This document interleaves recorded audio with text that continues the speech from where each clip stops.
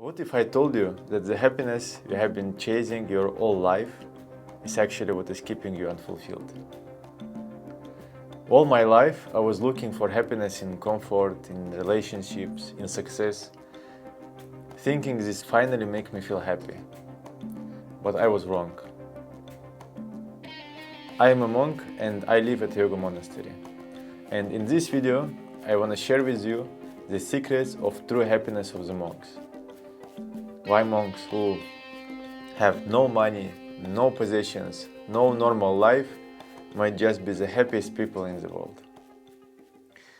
Most people search for happiness in comfort, relationship, success.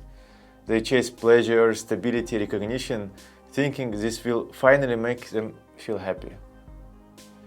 And in their search for happiness, people are first attracted towards physical enjoyments. Someone earning 1,000 wants to earn 2,000. When they reach that, they want to earn 5,000. Once they have enough money, the desire shifts. Now they want status, influence, recognition, and when they finally get that, it still doesn't end. The mind moves on to the next goal, to the next achievement, and it never says this is enough. With this approach, real happiness slips away from us every time. And we think that if I achieve more of this, I will be much happier. It is like chasing a mirage in the desert. You see the water in the distance, you run, but when you get closer, it vanishes.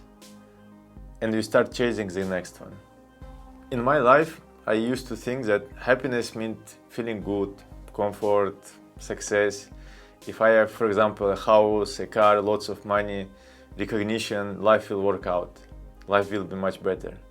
But every time I achieve something, the satisfaction would fade.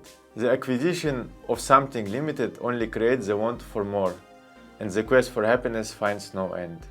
Life of happiness and bliss, that's what people desire. And this desire is endless. No matter how worthy or lofty an achievement may be, it cannot satisfy people's infinite desire for happiness. The world itself is finite and cannot provide infinite objects. It is like trying to quench your thirst with salty water. The more you drink, the thirstier you become. Worldly pleasures are like that. They may seem refreshing, but they leave you emptier than before. And only pure water, the infinite, can truly satisfy your thirst. The eternal longing of human beings for happiness can only be satiated by realization of the infinite. Even, for example, if you own the whole world, it still wouldn't give you something truly lasting or infinite. So what is that can give you never-ending happiness? Something eternal that doesn't fade away. The cosmic entity alone is infinite and eternal. It alone is limitless. And the eternal longing of human beings for happiness can only be satiated by realization of the infinite. And there is only one thing that is truly infinite. It is the cosmic entity. And only that can give us the lasting happiness we are all searching for. And actually behind all our desires for love, for success, peace, there is really just one longing: to feel connected with something greater, to unite with infinite. And that longing is natural. It is part of who we are as human beings. It is just how we are made. In yoga philosophy has two definitions for the word happiness. In English there is one word, but in Sanskrit there are two. And the first word in Sanskrit for happiness is called sukha. Sukha means comfort, pleasure. It is short-term happiness that comes from feeling good, being comfortable, succeeding or fulfilling desires. For example, delicious food, praise or recognition, financial security. These all things brings us sukha. And it always depends on external conditions. When those change, this sukha disappears. And it is impermanent and limited. It is connected to our body and mind. The second word for happiness is Ananda. Ananda is inner infinite bliss, independent of external circumstances. It arises from realization of the true self or supreme consciousness. And Ananda is eternal, is unchanging. It is a state that comes on the path of self-realization, and it is directly connected to our soul. So how do we reach this inner bliss, this Ananda that never fades? I want to share with you my story, how I found the true happiness. When I graduated from my school, I decided that meaning of my life is to become rich, become famous. I was imagining myself in a big city running business and doing work there and being famous, respected. And slowly I started to move to that direction. And step by step I started to achieve what I want.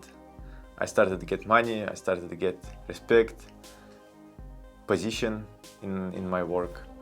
And first time it was really interesting, and I was getting pleasure because I was overcoming a lot of challenges and it was bringing me the satisfaction. But then when I start earn money, when I start have enough things to maintain my life, I start to think, okay, I have everything what I wanted, and if I continue this path to get more material things, it will not bring me happiness. I just reach the ceiling of happiness, and okay, I can buy something, but then its happiness vanishes and it disappears immediately. And then I was thinking about this, and one time in my life I found in YouTube channel a video about meditation. It was man dressed in orange clothes, and he was explaining about spiritual meditation. And I got inspired and I immediately started to do it. And I felt when I was doing this happiness, which I didn't feel long time. It really was so much joy inside. And I started to practice it. I started to do it every day, 2 times, morning, evening. And in a very small period of my life, in a few months, my feeling of life, my satisfaction inside, is completely changed. And I started to feel much joy from life. And all my desires from material, from external, it turns inward, and I started to get pleasure inside me. So this bliss can be achieved when we go inward to our real self and try to realize that I am that. And this can be done through the practice of spiritual meditation. And the path, which means Marga in Sanskrit, by which we move towards this bliss, towards this Ananda, is called Ananda Marga. I realized that this is the only way to be truly happy and feel bliss inside. If you feel that life is made for something more than chasing after external objects or pleasure, as I was thinking before, try real meditation. And happiness actually is not outside. It is within, it is inside. And the more we turn inward, the more we remember who we truly are, and the more we can get this happiness.